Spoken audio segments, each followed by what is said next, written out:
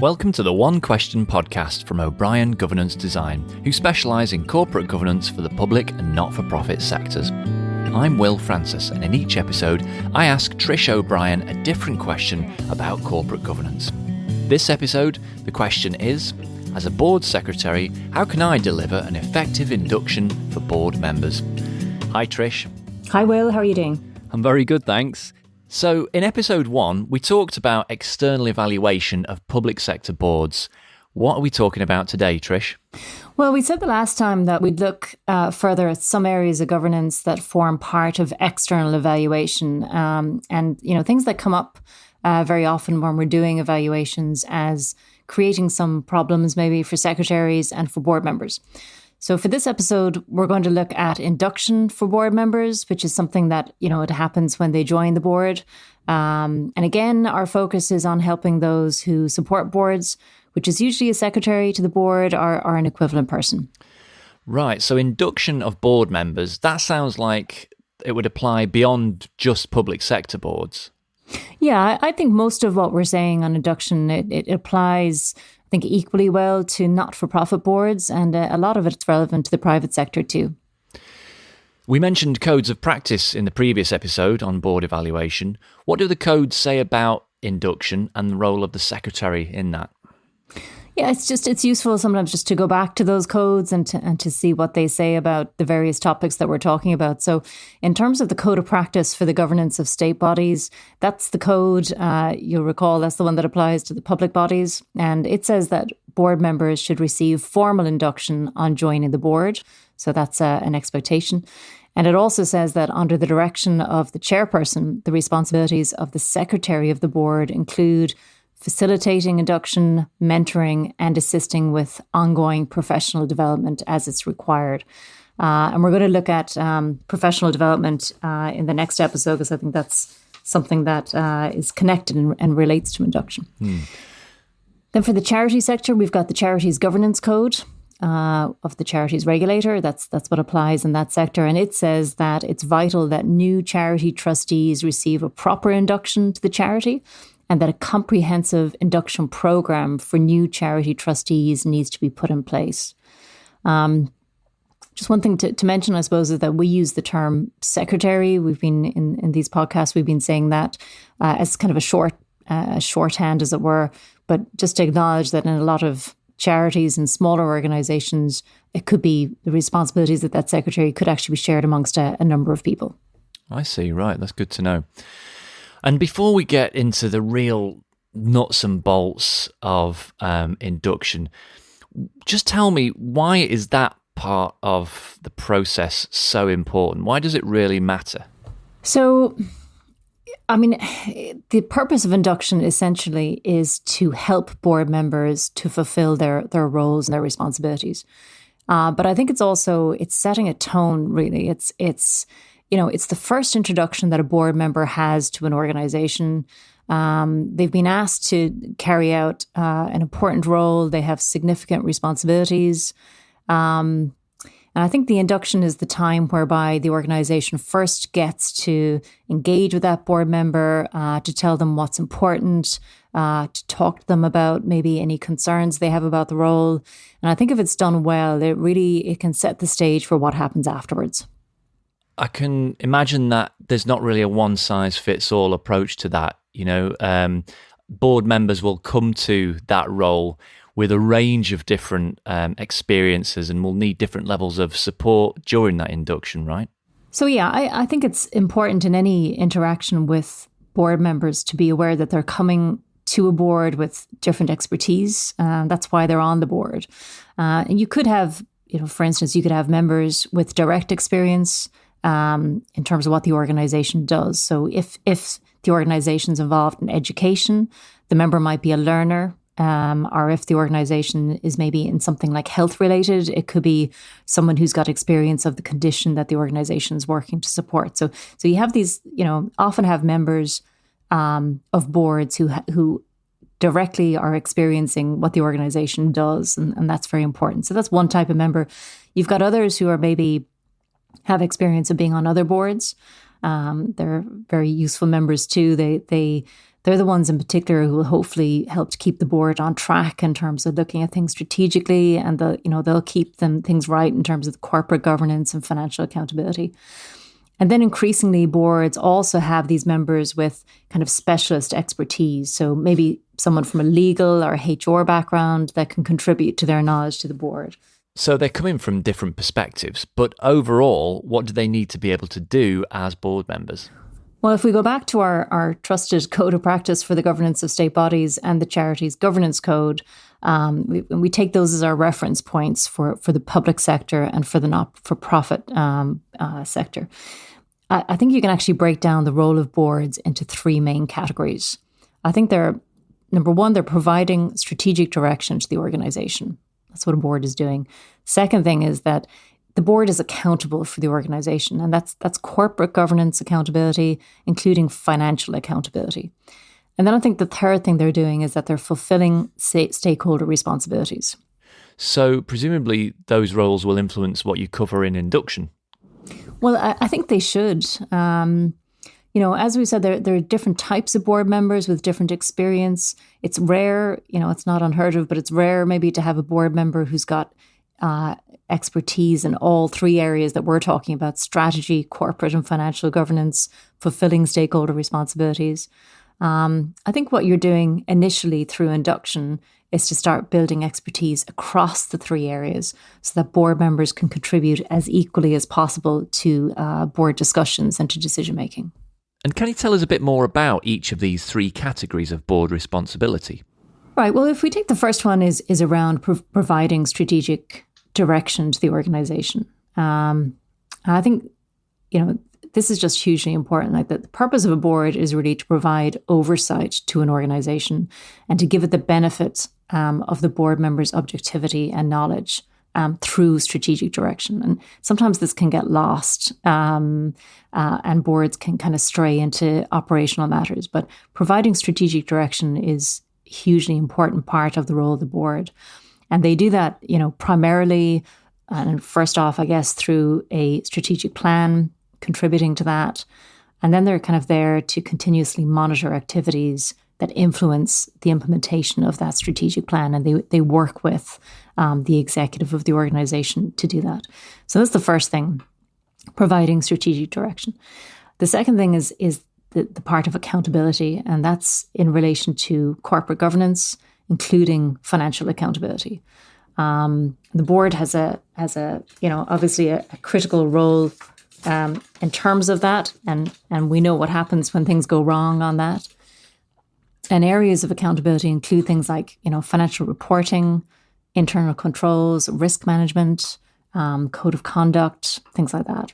The board is fulfilling those accountability roles on behalf of the organization. And in doing that, it has to be able to satisfy external stakeholders. And that could be, it could be funders, it could be regulators, it could be, benefactors of what the organization does. So accountability, being accountable to others internally and externally. And then the third one is around this kind of what I've phrased as fulfilling stakeholder responsibilities. And, that could be a range of things. It could be, boards often have these kind of high-level responsibilities for reporting to a government department or funding body or a regulator, and that might need that kind of formality of board engagement. Boards are also expected to be sort of keeping the intended benefactors of their organizations at the center of decision-making and to be including their views in decision-making. So, for instance, public body or charity involved in health would be expected to, have ways to speak to patients and advocates and to take their views into consideration. So those kinds of stakeholder responsibilities, I think, are at the third leg, if you like, of the board's responsibilities, at least in terms of how I see it. So those main roles, again, providing strategic direction, being accountable for corporate governance, including financial governance, and fulfilling stakeholder responsibilities. And I think if the secretary or if the person supporting the board's induction were to keep those roles in mind, it could really help them to structure a lot of what they want to tell board members at induction. Right. So when you've been completing external evaluations of boards, what are some of the things that you've seen that could be improved upon or avoided when a secretary is putting together an induction system? Well, a few things come up regularly, which are maybe worth mentioning. And so I think the first thing to try and avoid doing is to not overload the board member with documentation that they can't digest.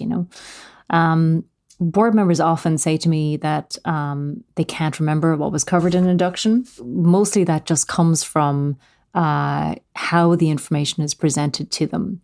They often get kind of a board manual. They get some general introductory information at the start.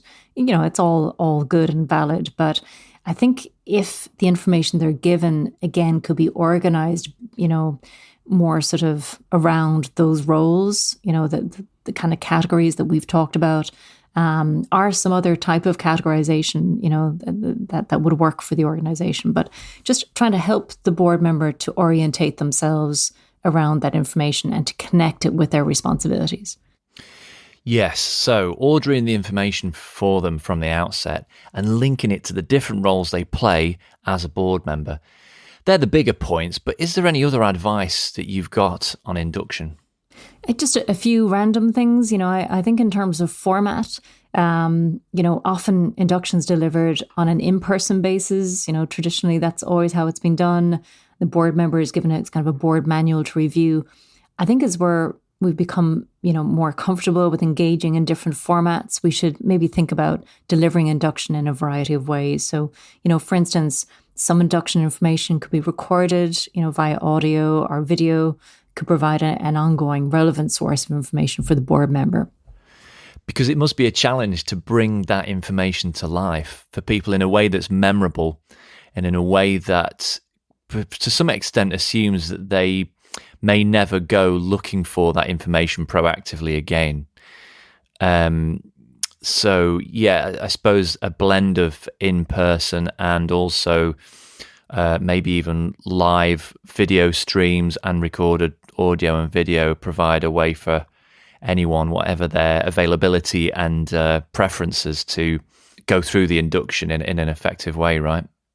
Yeah, I think so. And we kind of, a lot of what we do tends to be one shot. You sit down with somebody and you go through the information, and if they pick it up, that's great. And if they don't, they don't. But, why not think about different ways of doing that and having that information source available to them later on. It makes an awful lot of sense. If somebody is going to be a board member for a few years, there might be a later time where they want to come back to information.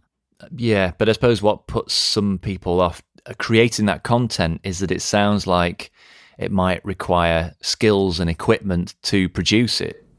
Yeah, I think that's true, and that can be off-putting, and I've been put off myself in terms of some of those things. But it's like anything. I think once you start to get some experience of doing things and look into it, then you realize that there's some easy options. I mean, one thing we've done recently is just to record a narrative over PowerPoint slides. And you can do that straight from your laptop by just pressing the record button on PowerPoint. It's really straightforward. So solutions like that I think are very helpful. A couple other things just I think we would recommend from speaking with board members and from doing these evaluations. I think one thing is following up with board members. And again, it's trying to maybe just get away from the idea that induction is just one meeting, one time, one opportunity to ask questions. I think maybe just, keeping in touch with the board member, give them as much support as possible at the start of their term so that, you and they are getting the best value from their attendance and from their contributions as well. And I think, just extending your thinking on induction into at least the first meeting, and encouraging the chair, this is very important to be working with the chair on this, but also encouraging the chair to ask board members, to ask questions, and to identify gaps in their knowledge, and to try and sort of get to grips with things as early as possible. But just encouraging that open conversation and again, acknowledging that not everybody is going to know everything. That's just not feasible. The third thing then, I just to mention, I think, is induction for subcommittees. And generally this doesn't happen. I think it's really worth providing subcommittee induction, because what you have are board members, and you could have quite experienced board members who are then asked to serve in a subcommittee. And sometimes it's just assumed that they know the business of that subcommittee.